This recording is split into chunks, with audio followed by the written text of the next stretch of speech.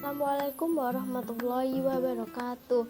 Halo semuanya, perkenalkan nama saya Putri Dwi Abrianti dari kelas 12 MIPA 7 absen 23 akan mempresentasikan tentang evaluasi pemberdayaan komunitas dalam menyikapi ketimpangan sosial. Di sini sudah terdapat peta konsep yang membahas tentang evaluasi pemberdayaan komunitas yang terdiri dari definisi evaluasi pemberdayaan komunitas. Yang kedua ada prinsip-prinsip evaluasi pemberdayaan. Yang ketiga ada tujuan dan peran penting evaluasi pemberdayaan komunitas dalam menyikapi ketimpangan sosial. Dan yang keempat ada pelaku kegiatan evaluasi pemberdayaan. Dan yang terakhir ada jenis-jenis evaluasi pemberdayaan komunitas. Pertama, saya akan menjelaskan tentang definisi evaluasi pemberdayaan komunitas. Menurut Hornby dan Barnwell, evaluasi adalah tindakan pengambilan keputusan untuk menilai objek, keadaan, peristiwa, atau kegiatan tertentu yang diamati. Adapun menurut C. Persad dan Henderson, evaluasi merupakan kegiatan sistematis untuk melakukan pengukuran dan penilaian terhadap suatu objek berdasarkan pedoman yang telah ada. Dalam definisi evaluasi sebagai kegiatan terencana dan sistematis, terkandung beberapa pokok pikiran. Yang pertama, pengamatan untuk mengumpulkan data dan fakta. Yang kedua, pengukuran atau pembandingan hasil pengamatan dengan pedoman-pedoman yang sudah ditetapkan. Yang ketiga, ada analisis data dan informasi. Dan yang terakhir adalah penilaian dan pengambilan keputusan. Yang kedua, terdapat prinsip-prinsip evaluasi pemberdayaan.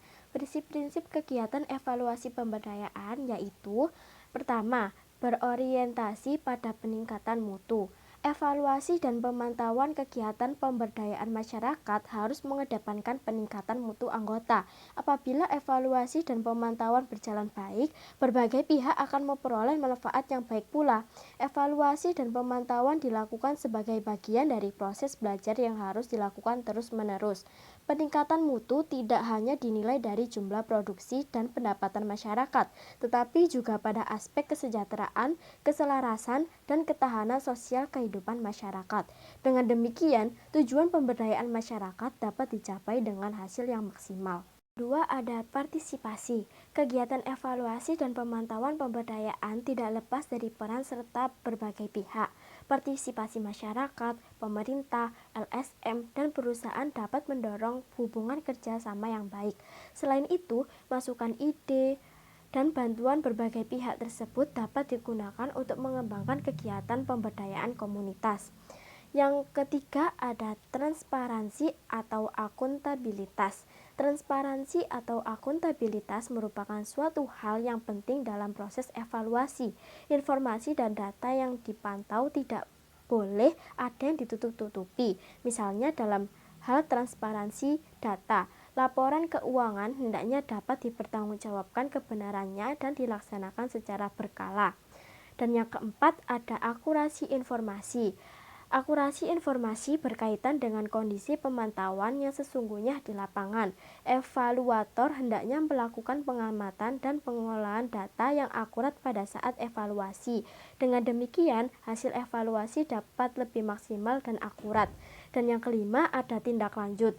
Hasil evaluasi dan pemantauan perlu ditindaklanjuti. Upaya tersebut berkaitan dengan penerapan perbaikan dan pemecahan kendala dalam pelaksanaan program. Dengan demikian, kegiatan pemberdayaan masyarakat dapat berlangsung secara berkelanjutan. 3. Tujuan dan peran penting evaluasi pemberdayaan komunitas dalam menyikapi ketimpangan sosial. Demi menjaga keselarasan program pengembangan, perlu dilakukan evaluasi pemberdayaan komunitas. Berikut tujuan evaluasi pemberdayaan komunitas. Yang pertama, menjaga konsistensi kinerja pelaksanaan pemberdayaan. Dan yang kedua, ada menelaah ketercapaian target pemberdayaan. Yang ketiga, memberikan masukan dan solusi dalam memperbaiki permasalahan proses pemberdayaan. Dan yang keempat, sebagai sarana dan media pelaporan program kerja. Dan yang terakhir, sebagai media pengembangan pelaksanaan pemberdayaan. Pelaku kegiatan evaluasi pemberdayaan. Berikut pelaku pemantauan pemberdayaan komunitas. Yang pertama ada pemerintah. Pemantauan oleh pemerintah dapat dilakukan dari tingkat nasional, daerah, kabupaten atau kota, kecamatan, dan desa atau kelurahan. Pemantauan dapat dilakukan oleh pejabat pemerintah serta pihak terkait seperti LSM, konsultan, dan lembaga donor. Yang kedua ada masyarakat setempat. Masyarakat setempat dapat berpartisipasi dalam pemantauan pemberdayaan komunitas setempat, misalnya pemangku adat, tokoh agama, ataupun tokoh pendidik. Pada prinsipnya, pemberdayaan komunitas dilakukan agar dapat mengembangkan kemandirian komunitas itu sendiri. Oleh karena itu, tidak jarang terdapat usaha pemberdayaan yang dilakukan secara mandiri. Yang ketiga ada fasilitator dan konsultan. Fasilitator dan konsultan terdiri dari pengemban proyek, pengembangan, kelompok mahasiswa atau pelajar ataupun ilmuwan yang bekerja sama dengan pemerintah atau masyarakat setempat. Fasilitator dan konsultan bertanggung jawab melakukan tinjauan program pengembangan secara berkala. Selain itu, fasilitator dan konsultan wajib melaporkan pengembangan kegiatan pengembangan melalui pengamatan langsung di lapangan. Dan yang keempat ada lembaga swadaya masyarakat atau bisa disingkat sebagai LSM. LSM merupakan lembaga non-pemerintah yang bersifat independen terhadap pelaksanaan program atau upaya pemberdayaan. LSM berperan melakukan pemantauan tanpa mengedepankan kepentingan pihak-pihak tertentu. Dengan demikian, LSM dapat berperan untuk mengawasi bahwa kelompok marginal, warga miskin, dan kelompok masyarakat tertentu dapat turut serta dalam kegiatan pemberdayaan komunitas. Jenis-jenis evaluasi pemberdayaan komunitas. Berikut beberapa jenis evaluasi pemberdayaan komunitas. Yang pertama ada evaluasi keluaran atau disebut juga dengan output. Evaluasi keluaran dilakukan dengan membandingkan kondisi anggota komunitas dalam kurun waktu tertentu. Dasar pengukuran dan evaluasi keluaran dapat diketahui melalui survei yang dilakukan oleh pemantauan program pengembangan yang terkait. Dan yang kedua ada evaluasi dampak atau impact. Fokus evaluasi dampak adalah kondisi yang muncul akibat program pemberdayaan kehidupan sosial masyarakat seperti dampak penanggulangan kemiskinan, perkembangan modal sosial, dan tata kelola pemerintahan. Evaluasi dampak pemberdayaan komunitas dapat dilaksanakan melalui metode campuran, baik menggunakan teknik kualitatif maupun kuantitatif. Yang ketiga ada studi khusus atau tematik. Evaluasi pemberdayaan dapat dilakukan secara lebih spesifik atau fokus, yaitu bersifat tematik. Dengan demikian, jenis evaluasi ini bersifat lebih mendalam. Yang keempat ada evaluasi formatif dan sumatif. Evaluasi formatif dilaksanakan terhadap program atau kegiatan yang telah dirumuskan sebelum program atau kegiatan dilaksanakan.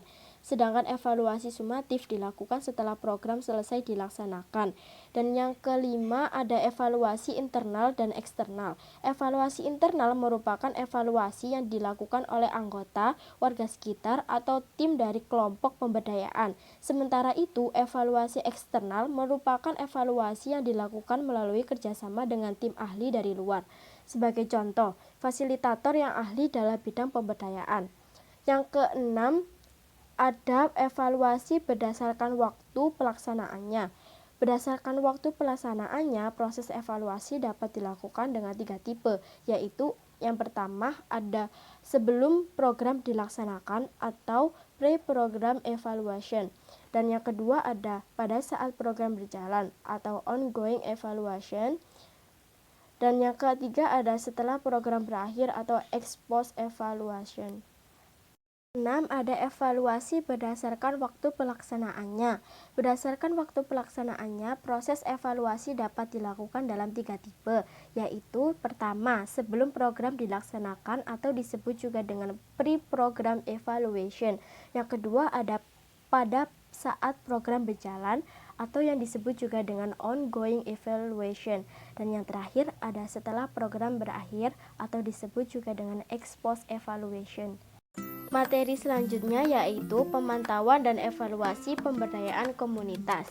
Di sini sudah terdapat peta konsep yang membahas tentang pemantauan dan evaluasi pemberdayaan komunitas yang terdiri dari: pertama, langkah-langkah pemantauan dan evaluasi pemberdayaan komunitas. Yang kedua, ada pengumpulan data dalam pemantauan dan evaluasi pemberdayaan komunitas. Yang ketiga, ada penyusunan laporan hasil evaluasi pemberdayaan komunitas. Dan yang terakhir, ada manfaat evaluasi pemberdayaan komunitas. Pertama, langkah-langkah pemantauan dan evaluasi pemberdayaan komunitas. Tahapan pelaksanaan evaluasi program pemberdayaan komunitas meliputi persiapan, pelaksanaan, analisis, dan pelaporan. Berikut penjelasannya. Yang pertama, ada persiapan. Tahap persiapan perlu dilakukan untuk melakukan kegiatan pemantauan dan evaluasi pemberdayaan. Berikut persiapan yang perlu dilakukan. Yang pertama, ada penyusunan rencana kegiatan evaluasi. Yang kedua, ada penyusunan instrumen evaluasi. Ketiga, validasi instrumen evaluasi. Yang keempat, penentuan jumlah sampel yang diperlukan. Yang kelima, penyamaan persepsi antar evaluator. Yang kedua, ada pelaksanaan. Pelaksanaan pemantauan dan evaluasi program merupakan proses pengumpulan data atau informasi yang dilakukan untuk menilai suatu kegiatan atau program. Alat pengumpul data yang dapat digunakan yaitu melalui tes, observasi, wawancara, angket, atau analisis dokumen. Yang ketiga, ada analisis. Tahapan analisis dilakukan setelah data atau sumber informasi terkumpul. Analisis pelaksanaan evaluasi dilakukan untuk mengetahui kesesuaian pelaksanaan dengan rencana program. Tahapan ini terkait dengan proses pengambilan kesimpulan. Selain itu, tahapan ini dapat berisi saran atau masukan upaya perbaikan yang harus dilakukan setelah evaluasi dilaksanakan. Yang keempat, ada pelaporan. Pelaporan hasil evaluasi dapat dilakukan melalui sosialisasi, penulisan laporan, dan pendokumentasian video. Hasil pelaksanaan evaluasi yang dilakukan dari awal hingga akhir perlu didokumentasikan untuk dijadikan bukti pelaksanaan evaluasi, arsip atau dokumen tertentu, dan dijadikan pembelajaran untuk kegiatan selanjutnya. Kedua, ada pengumpulan data dalam pemantauan dan evaluasi pemberdayaan komunitas. Dalam pelaksanaan kegiatan evaluasi pemberdayaan, penentuan informasi yang dibutuhkan berkaitan dengan rumusan dan tujuan yang akan ditelaah. Selanjutnya, penentuan proses pengumpulan data dibuat bersama penyusun instrumen yang dibutuhkan. Sebelum instrumen di lapangan, perlu dilakukan pengajuan terlebih dahulu. Setelah data terkumpul, dilakukan analisis atau pengolahan data untuk memperoleh penarikan kesimpulan dan saran. Hasil kegiatan evaluasi kemudian ditulis dalam bentuk laporan. Adapun alur pelaksanaan pemantauan dan evaluasi. Yang pertama, tim pemantauan dan evaluasi menggunakan dokumen pemantauan dan instrumen yang akan digunakan. Yang kedua, teknik evaluasi yang digunakan itu observasi atau survei atau FGD. Yang ketiga, penerapan pada sasaran atau komunitas pemberdayaan. Yang keempat, ada analisis kegiatan pemantauan dan evaluasi. Dan terakhir, ada penyusun laporan. 3. Penyusunan laporan hasil evaluasi pemberdayaan komunitas.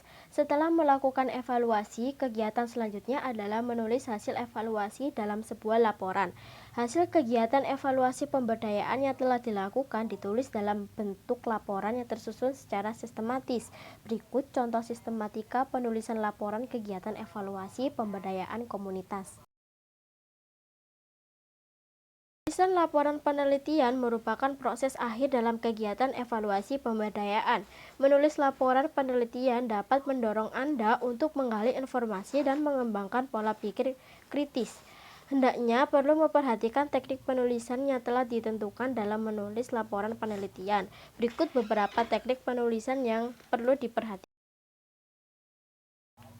Keempat, manfaat evaluasi pemberdayaan komunitas. Yang pertama, ada manfaat evaluasi bagi kegiatan pemberdayaan itu sendiri. Contohnya mengetahui seberapa jauh kegiatan yang telah dilaksanakan. Yang kedua, mengetahui kesesuaian pelaksanaan kegiatan pemberdayaan. Yang kedua, ada manfaat evaluasi bagi aparat pemerintah atau fasilitator pemberdayaan. Yang pertama, memberikan kepuasan psikologis yang mampu mendorong aktivitas pemberdayaan pada masa mendatang. Yang kedua, mengembangkan karir. Yang ketiga, terdapat manfaat evaluasi bagi pelaksanaan evaluasi. Yang pertama, mengembangkan kebiasaan mengeluarkan pendapat berdasarkan fakta dan data yang ada. Yang kedua, menanamkan kebiasaan bekerja sistematis sesuai prosedur dan pedoman yang telah ditetapkan. Sekian presentasi dari saya. Bila ada salah kata, mohon dimaafkan. Wassalamualaikum warahmatullahi wabarakatuh.